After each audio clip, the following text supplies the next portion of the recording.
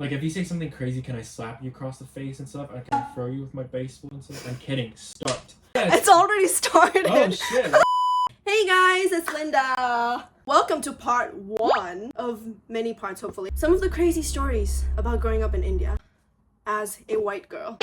Well, not white. White-skinned. You're yellow as fuck, man. What? Is it gonna be like sound racist?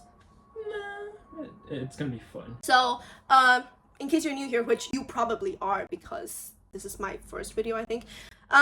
My name is Linda and I am a Taiwanese who grew up in India. I was born here in Taiwan and then I was taken to India. I was gonna ask where you snuck there.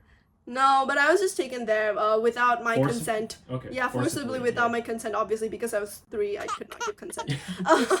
I did not know. I grew up there, so that was basically all I knew, right? Like, the only memory I have is from when I was in India. No recollections of, 0 to 3?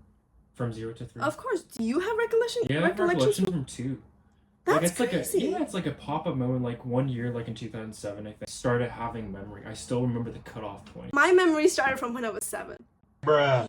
When I was 6 or 7 was basically when I was in lower kindergarten. And I have like plenty of memories from when I was in lower kindergarten of like the school, the super local school I was in. Everybody was local Indians. So you don't remember your time like arriving in India? Of getting course off not. the plane? Okay. No, of course not. Hello everybody. That was my default. I was like an Indian because I acted like an Indian, I moved like an Indian, I talked like an Indian. How do you move like an Indian? I would do like the head nod. That's how I spoke. Like, you know how Indians like would say like that? That's how I spoke. I was an Indian. A lot of things actually happened in India when I was growing up, which to me back then was very normal because that's just how you grew up, right? You don't learn to question it. You think everybody experiences that. But then when I came back to Taiwan, or when I started getting older and having my own kind of thought process and thinking for myself, I think back about those experiences and just think about how fucked up and messed up and absolutely wrong it is. I think one of the most obvious one is the power distance between the teachers and elders in India and the children, or people that are younger. Yeah, PDI, the power distance index. As a kid growing up in India, I think we were never taught to question authority. Like, obedience was the number one thing you were taught. So you hear the teachers and elders saying a lot of things along the lines of just, if you ask them why should a certain thing be done this way, you hear them giving a response along the lines of, because I told you so. Like, that's enough. Was going to school a very stressful thing? Oh, I hated school. I hated school so much. Even with your friends at school, you still hated it? Yeah, I think so, yeah. Like, friends made it better. I barely had any friends though. Wait, really? In my elementary school years, I barely had any friends because I was in a really, really local school and everybody just bullied me. I was discriminated or like isolated. You were segregated. Yeah, I was segregated because I was different, right? I'm like made fun of for so many things. It's almost ridiculous how like I was made fun of for so many things that people see as desirable now. And I don't know, just like being Chinese, they would always like, pull the eyes. And be like, Chinese, one. Chinese. Ching, Yeah. ching, ching, ching. Yeah. Ching, chang, chong, chong. Back to PEI.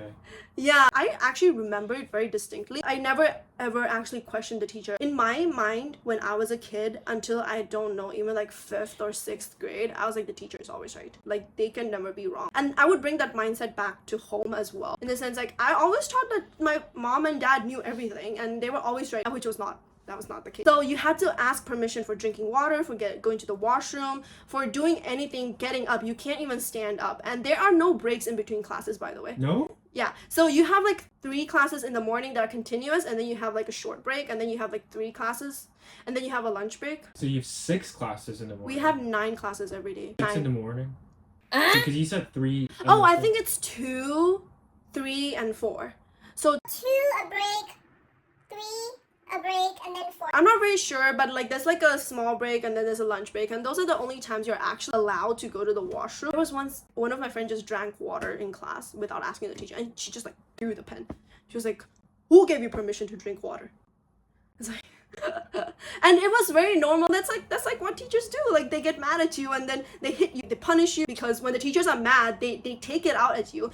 It's like very normal for teachers to be very emotional. I used to get hit and slapped, and you always get hit at the knuckles for like the most stupid reason. I was once slapped across the face. It was lunch break or something, and then there was a teacher standing in front of me. She was talking with another teacher, and then I don't remember what exactly she said, but she said something along the lines of, what is the next period? And I was like, oh, the next period is like Kannada class. And then she just slapped me across the face, like immediately. Can you demonstrate? I'm a little kid, just like sitting out here. I was like, oh, next period is Kannada. And yeah, and then she slapped me. Basically, the reason was kind of just like, who are you to tell? Like, you think I don't know? You think I don't know which next period is? And then, like, get out and stand, like, outside the class or something. Did you cry? I don't think I did. I don't think I ever cried when I was in grade school. Like, How are women? no, it's because it's so, I don't know, it's so common. Disclaimer, it also really depends on what kind of school you go to in India. I went to a really local school, which is why I had these experiences. But if you went to a better school, a more international school, it's probably not going to be like that. I'm not saying that all of India is like this. This is just my personal experience. What's the second story? So for my 4th and 5th grade, or like 3rd, 4th, 5th grade, I moved to a public school. So in the public school over there, I was constantly bullied by these upperclassmen girls. Were they like sort of For like girl being- bosses? They're more like mean girls. Okay. Yeah, But like were they how- like popular as well while they were bullying you? I don't think so. No. No. They So they're were just popular. like pure mean. Yeah, they were just mean, and okay, this is the thing. When they saw me, they would scream. Not like excited kind of scream, like because dirty kind of scream. Okay, so in their own little minds, they thought that I was Chinese, and Chinese people eat cockroaches and snakes and rats and spiders, and that was very disgusting. And And that's they not thought, the case? and they thought I was disgusting. I don't. Have you ever eaten a cockroach? I killed a few for my mom, but I actually have accidentally eaten a cockroach before. that's grim. That's grim. I don't think I want to do this video anymore. Oh my god, I'm reminded of that as well. That's so disgusting. So they just think I'm really disgusting and dirty, and when they accidentally ever touch me, they scream. Like the Indian version of you is like tea. They say tea. Like that's like tea. What's the teacher's reaction to this though? Oh, the teacher supported them. Like, oh, they were upperclassmen, so that class's class teacher supported them. She loved the student. You know what I think is even more fucked up? It's like, throughout my whole school life of being like bullied and discriminated, none of the teachers ever said anything. Like no one stood for you. No, nothing. What about your friends or yourself? Have you ever confronted them? I don't think I ever confronted them. Like, I don't think I thought anything of it at that point. It's actually kind of messed up, but also funny, also surprising. It's that in my conscious mind, I actually don't think that affected me at all because it was the norm. I was just used to it. It was just like something that happens every day. So I didn't have any kind of emotions or feelings towards it. So I never felt the need to ask for help. I never told any of these to my parents, to my friends, nothing, because it was so normal to me. But now you think about it, do you feel like you should have said something? Or I probably should have told that to hindsight, my yeah. parents. I think Yeah. I definitely should have told that to my parents. Maybe they would have changed like to a better school or something. But in that moment, it never clocked into me that I was being bullied or I was being discriminated. I was being like, none of these turns or these thoughts were in my head at all. It was just something as normal as eating your food every day. Like I never questioned it. And those upperclassmen who used to like scream when they saw me once locked me in the washroom from the outside, and it was during class time. So I started banging on the door, right? I was like, someone like let me out or like help, whatever. And the teachers heard me from the classroom, and she came and freed me from the washroom, and she did not even ask like what happened, like who did this to you, nothing. She was mad at me. She was like, why are you here? Like, why are you here? I don't know. Why am I here? Like, you gotta ask somebody, like, why am I here? I'm being locked in the washroom. And then she's, like, mad at me for, like, missing class or some sort of Wait, shit so like that. Can I say that this PDA issue still exists in international school when you went there in middle school? Definitely. I think even in international school, like, the teachers also had a lot of authority, but it was not as bad as the local schools.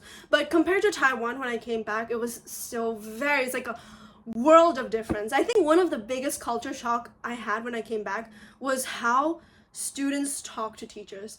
It was like mind blown. Like, how can students talk to teachers like they're friends? And you also Basic mentioned stuff. like how so you never walk on the streets alone. Yeah, I mean, unless it's like near my house. Okay.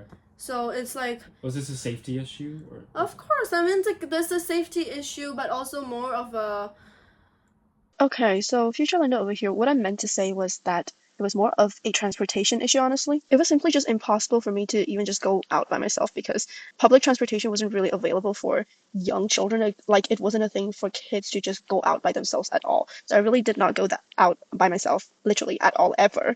And also for whatever weird reason, I never knew India wasn't a safe place when I was a kid. I never knew that it was a low security country until I got out of it. My parents just never emphasized that to me. And I feel like if I went back now, I would be hyper aware of just safety and security in general because of the knowledge I have now. But back when I was over there, my parents just never emphasized this, and I was never aware, so it was just never an issue at all. In hindsight, it was quite convenient for them, I guess, because I just never went out, period, ever. I was never kind of taught about safety issues in India. Okay. Like my parents never really emphasized that. I don't know why. They were just super chill parents. What about your But- neighbor? What was your neighborhood like? Was it a slightly more wealthy neighborhood? I think it was quite typical. It wasn't like bad, obviously. It was not a bad neighborhood, but it wasn't like the rich neighborhood either. It's like a pretty just a middle class neighborhood. You can put up like a Google Map picture of your house, by the way.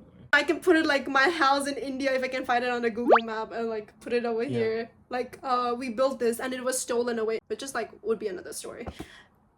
If you're interested. House is stolen. Anyways, so this can honestly just be a podcast. I'm gonna like I have to like buy a little mic and like turn it into a podcast with you on the side. But yeah, these are just some of the stories or experiences I've had in India. Again, these are just really, really personal experiences that I had.